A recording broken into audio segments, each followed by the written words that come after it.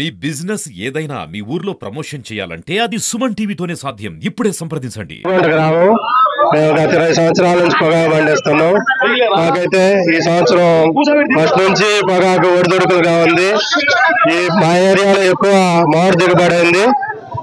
ఇప్పుడు ఏడో క్లస్టర్ వచ్చినా కూడా ఏడో క్లస్టర్ కూడా నెంబర్ తీసుకురామంటాను. మా దగ్గర అయితే నెంబర్ లేక మామిడి తీసుకొచ్చాము. ఆ మామిడిని కనీసం 16,000 కూడా కొనడానికి ముందుకు రావట్లేదు.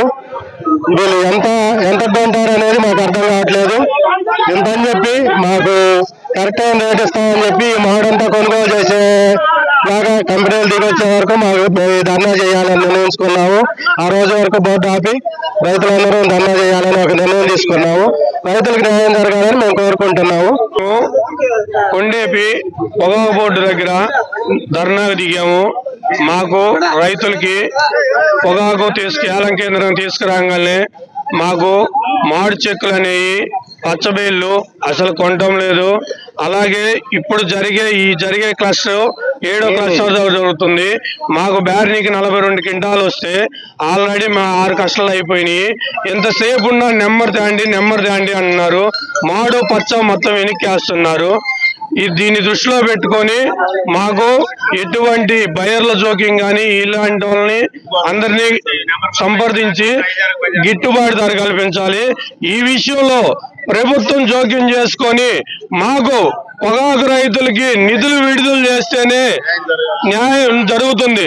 లేదంటే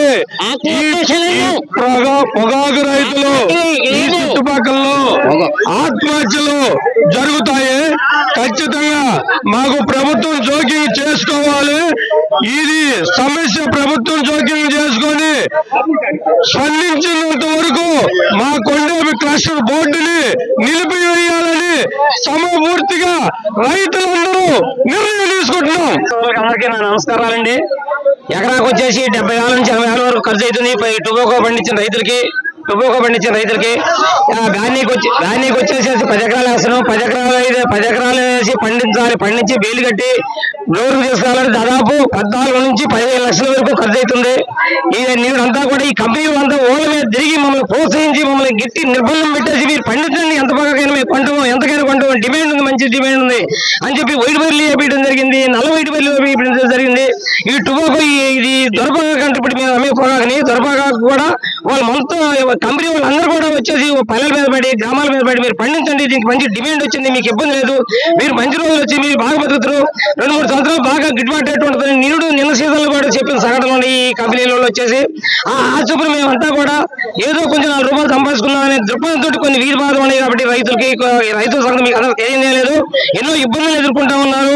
కాబట్టి దీన్ని 10 రూపాయలు సంపాదించుకున్నాను, దీని కాడికి ఇంకా ప్రత్యామ్నాయ పంటలు పండిస్తే గిట్టుబాటు కాదని చెప్పి దీని మీద వాళ్ళు పండించమన్న నేరానికి వాళ్ళు ఇచ్చిన ప్రొడక్షన్ మీద కాలం పరిమితి బాగా కలిసి వచ్చింది. కాబట్టి నాకు మీ మీద 10 మిలియన్లు ఎక్స్ట్రా అయింది. పొగాకు ఎక్స్ట్రా 10 మిలియన్లు అయిన సందర్భంలో దాన్ని దృష్టి తీసుకొని మమ్మల్ని ఎక్కడ దొక్కాలి అక్కడ సుతపదాలు దొక్కేస్తా ఉన్న వాళ్ళు రేటు గిట్టుబాటు రేటు లేకుండా నీడు 350 రూపాయలు 380 రూపాయలు పొగాకు కొన్నటువంటి పొగాకుని ఇవాళ బ్రైట్ పొగాకు F1, F2, F3 పొగాకు నిన్నదాకా కూడా ఇవాళ కొంచెం దానికి ఏదో మెరుగ్గా ఉంది.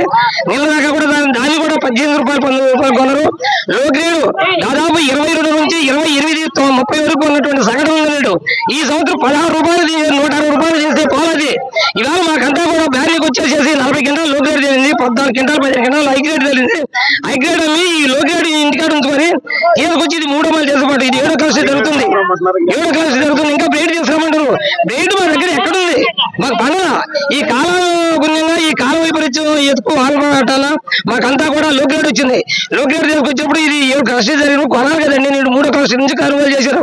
7 క్లాసులు కూడా కొనుగోలు చేయాలా? మేము ఎక్కడ బతకాలి? అప్పులకి ఎక్కడ సమాధానం చెప్పాలా?